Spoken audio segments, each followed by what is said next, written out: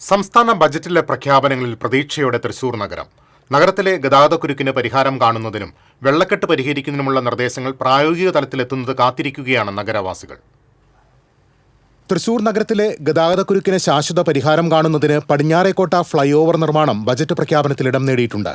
MG road വീതി കൂട്ടി നവീകരിക്കുന്നതിന് 15 കോടി നീക്കിവെച്ചു. കഴിഞ്ഞ ബജറ്റിലും ഈ തുക വകയിരുത്തിയിരുന്നു. അയ്യന്തോൾ പുഴയ്ക്കൽ റോഡ് 4ാം ഘട്ടം പൂർത്തിയാക്കാൻ 4 കോടി നീക്കിവെച്ചു. അശ്വിനി, പാട്ടുരായ്ക്കൽ, പൂങ്കുന്നം ജംഗ്ഷനുകൾ ഉൾപ്പെടുത്തി ഫ്ളൈ ഓവർ നിർമ്മാണത്തിന്റെ ആദ്യഘട്ടത്തിനായി 150 കോടിയാണ് അടങ്കൽ തുക കണക്കാക്കുന്നത്. Saint Thomas college Kizhakkumpattukara road 50 കോടി, തൃശൂർ മണ്ണൂത്തി മോഡൽ റോഡ് നിർമ്മാണം 10 കോടി, പൂങ്കുന്നം മുണ്ടുപാലം ജംഗ്ഷനുകളുടെ വികസനം 5 കോടി വീതം തുടങ്ങിയ പദ്ധതികളും ഇടം നേടി.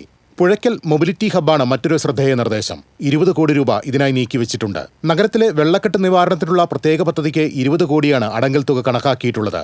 തൃശൂർ മൃഗശാല പുത്തൂരിലേക്ക് മാറ്റിയ സാഹചര്യത്തിൽ പഴയ മൃഗശാല ബൊട്ടാണിക്കൽ ഗാർഡനായി സംരക്ഷിക്കാനുള്ള പദ്ധതിയും നഗരം പ്രതീക്ഷയോടെ കാത്തിരിക്കുന്ന ഒന്നാണ്. News desk.